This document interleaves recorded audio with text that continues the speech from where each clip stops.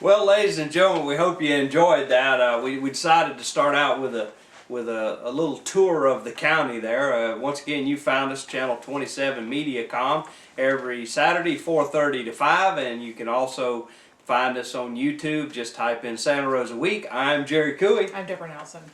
Well, Deborah, you know it was shovel ready. We made the shovel ready tour. I the guess shovel you could ready say. tour. Yeah, yes. To be quite honest with you, and of course, you know, the viewers, I hope you could read through the level of sarcasm that was put out there by me. Our commissioner, the economic development chairman, he said repeatedly, "Shovel ready, shovel ready, shovel ready."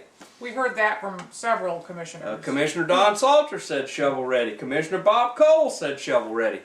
Well, wait. That's the three guys that voted for it all said it was shovel ready. Well, right? they said shovel ready or the equivalent. Developed. There was development out there. It was insinuated that there was development out on these properties. Right, and ladies and gentlemen, we wanted you to see it. You know, a lot of times, you know, we sit here and talk about things, and we just felt it was better that you see the video yourself. I think it has a bigger impact, and I hope you see what we're talking about. Now, I will tell you today, in the United States of America, except for maybe mountains, every square inch of property in the United States of America is shovel ready by Commissioner Gooden, Commissioner Salter, and Commissioner Cole's definition. Because there is power available somewhere in the near vicinity. Right. There is water available somewhere in the vicinity. There is certainly the ability to put a road in anytime you want to. All you got to do is have the money to put it in. That can be put in. And sewer, maybe not sewer everywhere in the United States of America, but at least you could put in a big septic tank. I mean, you could go into business there. And here's how the appraisal. Let's read how the appraisal. Let's read it directly off the appraisal. And I want to read first this one. All requisite municipal utilities, e.g., electricity, water, sewer, etc., are available to the site. Sewer lines are available through the Commerce Park adjacent to the north. And of course, that would be the developed part that Mr. Pullum is keeping. Right. The part of that property which actually is shovel ready, that has a road through it, that has platted lots, and that is shovel ready. But let's be perfectly clear. None of those amenities are on this property that we just paid $3.1 million.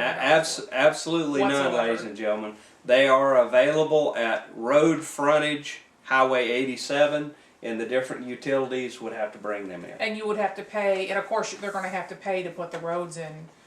We will have to pay for that if they put any roads in on this property. And of course you got to take into account impact fees from the power company, from the water company, from the sewage company, and then whatever the cost of the roads are. Well, and let's not forget, as this appraisal says, that these amenities are available along Highway 87. Let us not forget that Mr. Pullum did not sell us the strip of land that runs along Highway 87. That did not. That is correct, Deborah. He held all road frontage along Highway 87 for commercial use, and certainly that's his choice. You know, as I've stated before, I'm all for capitalism.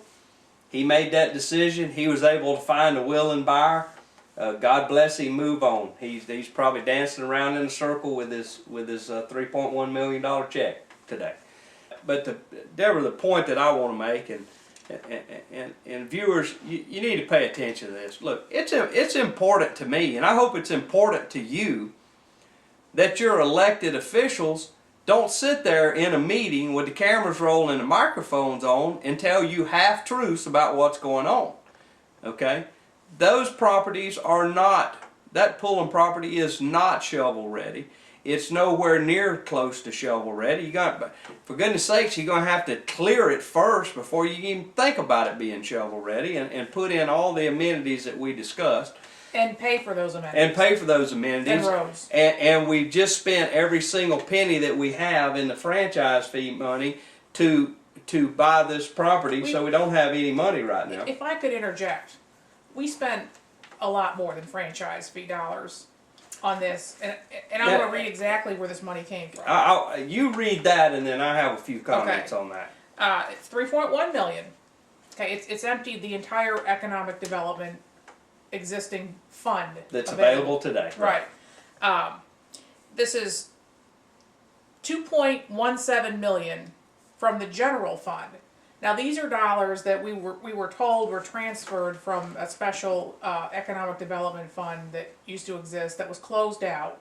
We can just adjust those numbers now, Deborah. Right. So that was 2.17 million, plus about $207,000 from the franchise fees that were reserved for roadway repair money, and that's going to be paid back, we're told. Deborah, say it ain't so. We're using road money to complete this purchase? That can't be. What we're being told is that as franchise fees come in, of course, this is money that's tacked onto your electric bill. Exactly. So as this year's franchise fees from Gulf Power come in to the county, they're going to pay back. They've told us those road funds. Sure. And then they're going to also replenish the economic development. Right. We just adjust those numbers. Franchise fee fund, which is and here's a comment I want to say about that. Commissioner Salter, there was an email that got sent out that apparently you took offense to, that you felt that it was unfair in its characterization of your purchase of this Pullman property. And you made a response to one of the citizens in Santa Rosa County, and you said, economic development dollars that are in that fund can only be spent for economic development. Well, you know, the next county commission meeting I go to, I'm going to hold your feet to the fire on that one, because I believe that the money that's in the road fund should only be used for roads. It shouldn't be used to build your park or clear property. I don't think we ought to be moving money all over the place to make your dreams come true and to make sure Mr. Pullum gets his $3.1 million. Now, if you believe so strongly that economic development funds can only be spent for economic development, then you need to have the belief for the whole thing. So, next county commission meeting, we'll have a robust discussion about that, because I believe it's wrong, Deborah. It's wrong. You're going to sit here and tell the citizen we can't spend it on anything else. Right? And I've said it before, and let me say it again. Ladies and gentlemen, there is a gentleman's agreement on the split of the franchise fees. 50% for roads, 40% for parks, and 10% for economic development. It is a gentleman's agreement. It is not in writing. And they can change that any time they want to. They could put the whole bulk towards roads if they wanted to. That's right. And ladies and gentlemen, when we get to budget hearings, the first thing out of Commissioner Salter's mouth, Bob Cole's mouth, and Gordon Gooden's mouth is, well, we couldn't use that money for raises.